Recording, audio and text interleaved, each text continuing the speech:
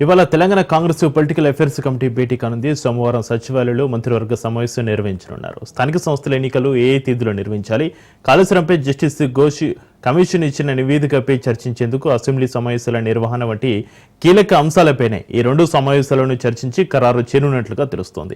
స్థానిక ఎన్నికల నిర్వహణ తేదీలపై కాంగ్రెస్లో మంత్రులు, బీసీ నేతలు వేర్వేరు అభిప్రాయాలతో ఉన్నందునే పేసీలో చర్చించాలని సీఎం రేవంత్ రెడ్డి నిర్ణయించినట్లుగా సమాచారం. పార్టీ సీనియర్ నేతల అభిప్రాయాలు సేకరించిన తర్వాతే తేదీలపై స్పష్టత రానుంది. ఇదే అంశంపై మంత్రివర్గ సమావేశంలో తుది నిర్ణయం తీసుకోనున్నట్లుగా తెలుస్తోంది.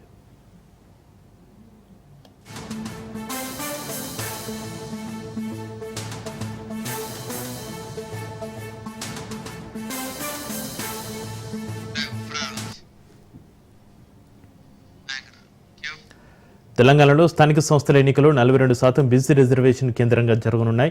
బీసీ రిజర్వేషన్ అమలు చేసే స్థానిక సంస్థల ఎన్నికలకు వెళ్తామని పదే పదే పీసీసీ సీఎం ఇప్పటికే అనేక సందర్భాల్లో చెప్పుకొచ్చారు. అయితే ఈ అంశం ప్రధాన ఎజెండాగా టీపీసీసీ పీఏసీ అడ్వైజరీ కమిటీ ఉమ్మడి సమావేశం శనివారం సాయంత్రం 5 గంటలకు గాంధీ భవన్లో జరగనుంది. రెండు కమిటీలు ఉమ్మడిగా సమావేశం కానున్నాయి. ఏఐసీసీ విహారాల ఇన్ఛార్జి మీనాక్షి నటరాజన్ అధ్యక్షతన భేటీ జరగనుంది.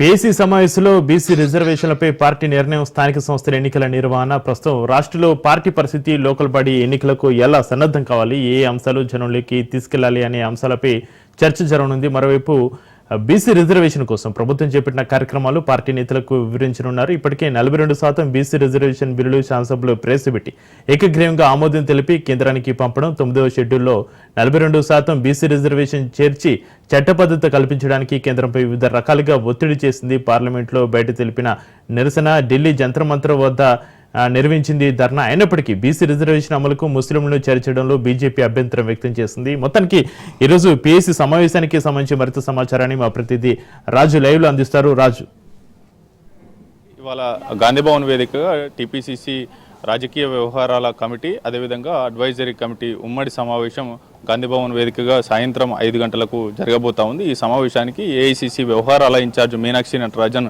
అధ్యక్షత వహించబోతా ఉన్నారు. ఈ సమావేశంలో సీఎం రేవంత్ రెడ్డితో పాటు డిప్యూటీ సీఎం బట్టి విక్రమార్క, మంత్రులు, వారితో పాటుగానే పీఏసీ మెంబర్లు, అదేవిధంగా అడ్వైజరీ కమిటీలో ఉన్నటువంటి సీనియర్ నేతలు కూడా పార్టిసిపేట్ చేస్తారు. ప్రధానంగా స్థానిక సంస్థల ఎన్నికలు ఇప్పటికే నిర్వహించాల్సి ఉండగా ఆలస్యం అవుతా ఉంది. బీసీ రిజర్వేషన్ అమలు తర్వాతనే స్థానిక సంస్థలు నిర్వహిస్తామనేటటువంటి కోవన్లో అటు కాంగ్రెస్ పార్టీ ముందుకు వెళ్తా ఉంది. అయితే కామారెడ్డి వేదికగా బీసీ డిక్లరేషన్ను ప్రకటించింది. ఎన్నికల హామీ 2023 ఎన్నికల హామీలో భాగంగా బీసీలకు 42% స్థానిక సంస్థల ఎన్నికల్లో అవకాశం కల్పిస్తాము, రిజర్వేషన్ కేటాయిస్తామనేటటువంటిది హామీ ఇచ్చిన నేపథ్యంలో దానికి సంబంధించి కూడా ఇప్పటికే మార్చి 17వ తేదీ, ఈ ఏడాది మార్చి 17వ తేదీన అసెంబ్లీలో బీసీలకు 42% స్థానిక సంస్థల్లో రిజర్వేషన్ బిల్లు, మరోవైపు విద్యా ఉపాధి అవకాశాల్లో కూడా 42% బీసీలకు రిజర్వేషన్ కల్పిస్తూ కూడా అటు బిల్లును పాస్ చేసినటువంటి పరిస్థితి ఉంది. దీనికి అన్ని రాజకీయ పక్షాలు కూడా పూర్తి స్థాయిలో ఏకగ్రీవంగా మద్దతు తెలిపినటువంటి పరిస్థితి ఉంది. ఆ రెండు బిల్లులు కూడా రాష్ట్రపతి వద్ద పెండింగ్లో ఉన్నాయి. మరోవైపు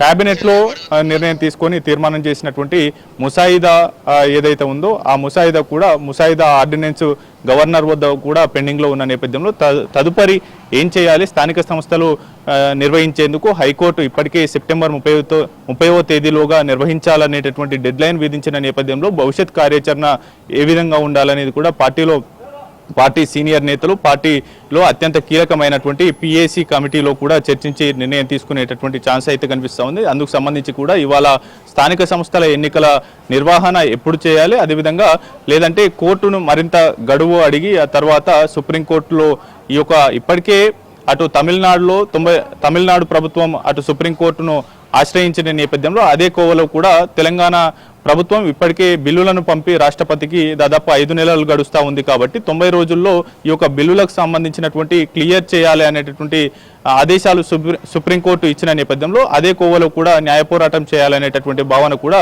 రాష్ట్ర ప్రభుత్వం ఆలోచిస్తున్నట్లు తెలుస్తా ఉంది. మరోవైపు ఒకవైపు స్థానిక సంస్థల ఎన్నికలకు కాంగ్రెస్ పార్టీ ఏ విధంగా సన్నద్ధం కావాలి, ఆ స్థానిక సంస్థల ఎన్నికల్లో ఇప్పటి వరకు బీసీ రిజర్వేషన్లు కల్పించేందుకు కాంగ్రెస్తో పాటు కానీ అటు ప్రభుత్వం తీసుకున్నటువంటి నిర్ణయాలు కార్యాచరణ అన్నిటినీ కూడా కూలంకషంగా చర్చించిన తర్వాత పూర్తి స్థాయిలో ఒకవైపు కేంద్రం పైన ఒత్తిడి తెచ్చేందుకు అటు పార్లమెంటు లోపల అదేవిధంగా ఢిల్లీ వేదికగా జంతర్ మంతర్లో చేపట్టినటువంటి బీసీ పోరుగర్జనకు సంబంధించి కూడా ఇప్పటికే నిరసనలో సీఎం రేవంత్ రెడ్డితో పాటు మంత్రులు సైతం పాల్గొన్నటువంటి పరిస్థితి అయితే ఉంది. మరోవైపు రాష్ట్ర ప్రభుత్వం సుప్రీంకోర్టును ఆశ్రయించిన తర్వాత ముందుకు వెళ్ళాలా లేదంటే బీసీ రిజర్వేషన్ పైన జీవో పాస్ చేసి ముందుకు వెళ్ళాలా అనేటటువంటి తర్జన భర్జనలో ఉంది. జీవో పాస్ చేసి గనక ఎన్నికలకు వెళ్లేందుకు షెడ్యూల్ ఇస్తే ప్రైవేట్ వ్యక్తులు హైకోర్టును ఆశ్రయిస్తే గనక స్టే వచ్చేటటువంటి ఛాన్స్ ఉంది. కాబట్టి దానిపైన కూడా న్యాయ నిపుణుల సలహాలను కోరుతున్నటువంటి పరిస్థితి అయితే ఉంది. ప్రధానంగా ఒకవైపు స్థానిక సంస్థల ఎన్నికల్లో డెడ్ లైన్ లోపు నిర్వహించాల్సి ఉంటే ఎటువంటి రిజర్వేషన్ అమలు చేయాలి, మరోవైపు ముందు ఎంపీటీసీ జెడ్పీటీసీ ఎన్నికలు నిర్వహించాలా, ఆ తర్వాత లేదంటే సర్పంచ్ ఎన్నికలు నిర్వహించాలనేటటువంటిది కూడా అభిప్రాయం ఇవాళ తెలుసుకొని ఉన్నారు. అయితే లేదంటే చివరి ప్రయత్నంగా కూడా చివరి అస్త్రంగా ఒకవేళ బీసీ రిజర్వేషన్ అంశం తేలకపోతే గనక అటు బీజేపీ ముస్లింలను బూచిగా చూపి బీసీ రిజర్వేషన్ కు అడ్డుపడతా ఉంది అనేటటువంటి అంశాన్ని పెద్ద ఎత్తున స్థానిక సంస్థల ఎన్నికల్లో ప్రచారం చేసి పార్టీ పరంగా 42% రిజర్వేషన్ ను అటు కాంగ్రెస్ ఇచ్చేందుకు సిద్ధమవుతున్నట్లు కూడా ఇంటర్నల్ గా చర్చ నడుస్తున్న నేపథ్యంలో కూడా ఇవాళ ఎటువంటి నిర్ణయం పీఏసీలో తీసుకుంటారనేది అయితే చూడాల్సినటువంటి అవసరం అయితే ఉంది. Chakri. Right, thank you Raju.